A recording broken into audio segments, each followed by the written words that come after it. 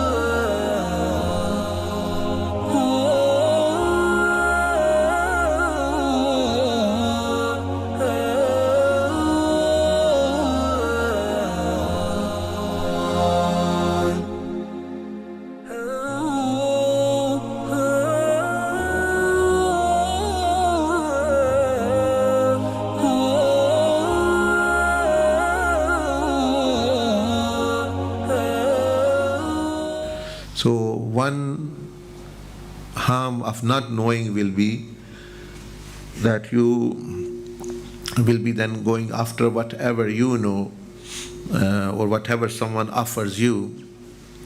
Let's say someone offers you poison, but it's looking very beautiful. Or it's a plant, poisonous plant, looking very flowery, beautiful, but that's what you know, that's what you have. You might actually eat and consume that. In the middle there were some other fruits which were not harmful, like apple and others. You were not, because you really do not know that, the king of fruits, nor you know the harmful, the reality of that. So before you know, you will be dead. So one is, fruit is the knowledge, the marifah of Allah subhanahu wa ta'ala. That is one thing. First danger is if we do not know, we have a vague idea, then we do not know the reality of the other creation, the dunya where we are. So there, if it is harmful, shaitan is involved. It's happening, isn't it? In dunya it's happening. It's happening with us.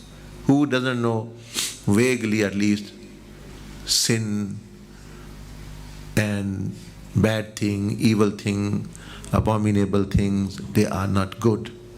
But majority is doing. Majority is doing, so this means they don't know the reality in actual fact. Because if they know the reality, they won't. So they have a vague idea, but not in depth. It's like you know fire, you don't put your hand in the fire, because you know. But when doing sin, you think, okay, you can get some, it's not so bad, etc., etc., in your mind, whatever it is.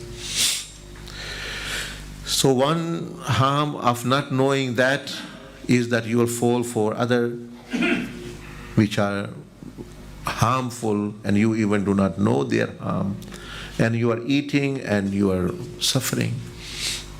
Sometimes if you eat something, you get food poison, the suffering is temporal. And sometimes if it is serious one, you can actually be paralyzed, you can lose your mind, you can have a heart attack, you can have a stroke, you can be in coma, and in some cases you can die. Basically that's what's happening. The fruit of the marifah of Allah is not known, nor the reality of the where we are known. So like blind animals, we just actually consuming whatever it's happened, and then we are suffering. And not only here, but actually in actual that suffering will start after death really. Here there is nothing really compared to that. So you can see how a great danger how we are playing. We are not playing with fire, we are playing with fire of hell. And a point of no return. The strength we have, one person is alone in a house, at night time they become scared. For example, here you are in the masjid, if it is house of Allah, but night time you're alone, there's no one, you might feel the ye has strength of the person. So imagine being in the most horrific places, azabs and loneliness. One will be one factor in hellfire and in the azab of barzakh and in the azab of qabr, that you don't have company, and the company if you have, that makes it much worse, your stay there. So it is very, very wise and useful to know about yourself and Allah subhanahu wa ta'ala, and then the creation, and then your purpose, and then how to feel. But firstly, when you don't know about Allah Jalla Majduhu, that is a big problem. People are marketing phones, things, dresses, cars, are so much marketed in such a way that people tend to know them and buy them and think small things. Someone asked you to speak about Allah Jalla Majduhu, after half an hour, 1 hour, you can't say anything. We're speaking about dunya and about him and this and that. People spend hours and hours and hours. Just actually just an exercise which doesn't have actually any fruit. So we covered some aspect very briefly, that this Allah Azza wa Jal has unlimited attributes, and one attribute itself is unlimited, each one of them. So if you learn about one of them, you will not be able to finish that one if you spend billion and billions years even one. I gave you the example, for example, this quality of Allah Jalla Majduhu. Can you see the cursor? Yes, okay.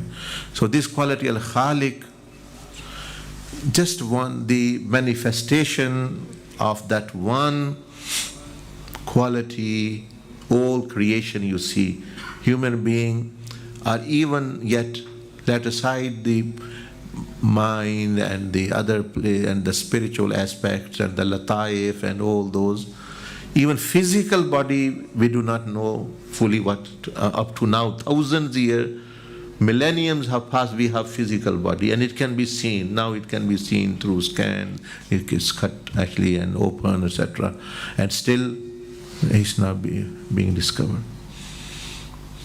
All the same research is going on, we discovered this, or we didn't know this, we didn't know this. Like I was giving an example yesterday.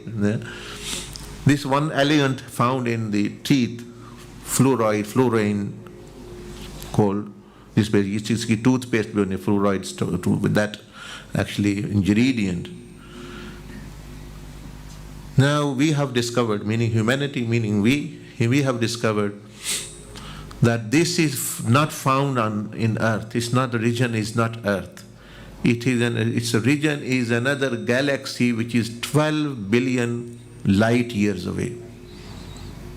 12 billion, not 12 billion miles, 12 billion light years. Light years, I already explained that in 1 second you'll be traveling about 200,000 kilometers. So if each second you travel 200, 186 or how much ever the speed of light is, roughly I'm saying, imagine in each second 200,000 per kilometer per second if you travel, and it takes you 12 billion years. You reach that galaxy, and this thing found in your, they say it originates from there. There are stars there which actually have released this, and somehow when during the formation of solar system it came up from about there. तो आप सोच सकते हैं, human being knowledge is so limited in the sense that even advancement of technology, humanity, yani we are thinking of going to Mars. And what will we do there? Don't know. Meaning actually, that's how, but just going there is actually a big task as well. And what a person will be doing there when they don't have air to breathe or other thing, etc. That's another. But it's interesting. It's a human being is curious.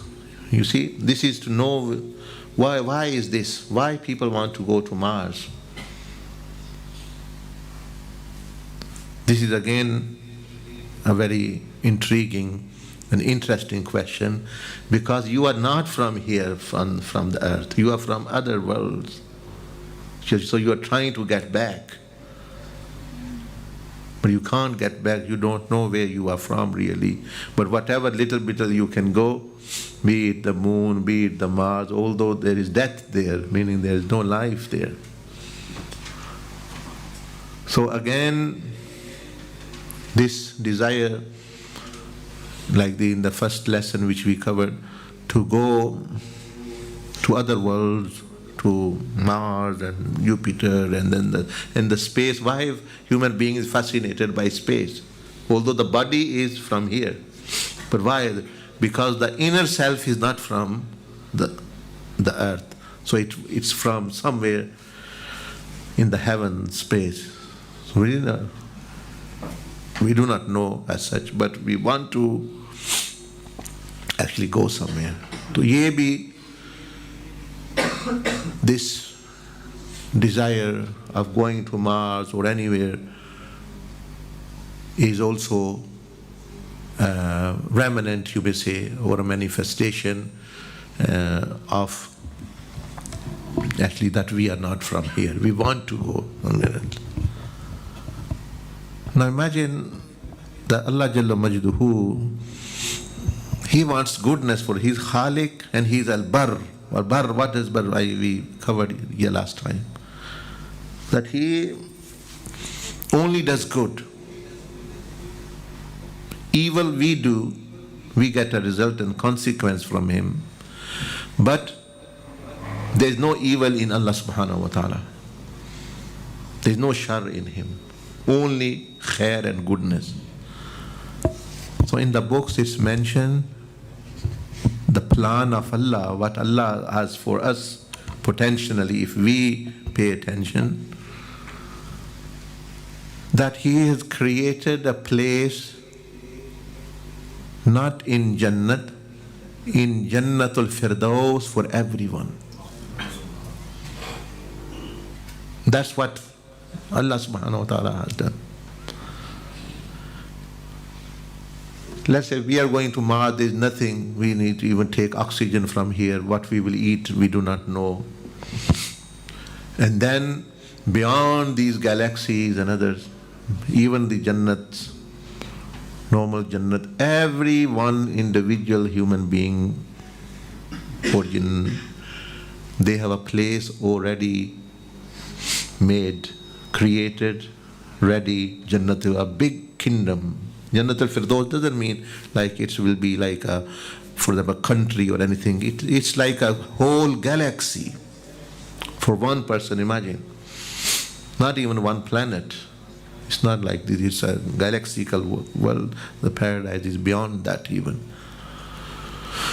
तो हर बंदे के लिए एक Galaxy है in the realm of Jannatul Firdaus.